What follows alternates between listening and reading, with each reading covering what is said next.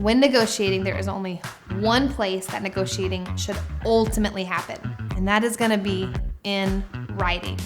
Think about it the same way you think about documentation for patients.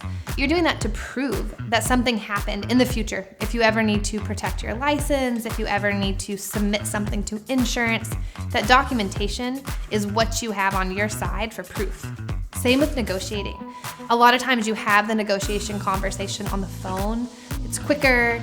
You can talk about nuanced stuff a lot easier. Different companies do things different from each other, so the phone calls are important because you can learn those details really quickly, go back and forth, and hopefully come up to some agreement. But at the end of the day, it's got to be in writing. Anything the recruiter is promising you, whether it's license reimbursement, travel reimbursement, whether they agreed to go up a certain amount in your stipends or your taxable rate to say yes, anything you've agreed on, you have to instantly go to email, type it out and say, hey, we just had this great phone call.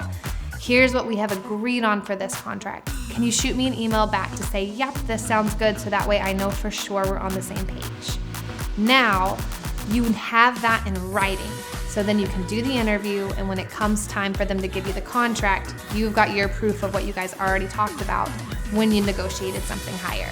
So always get anything to do with benefits, with pay, with time off, anything like that. Make sure you have it in writing.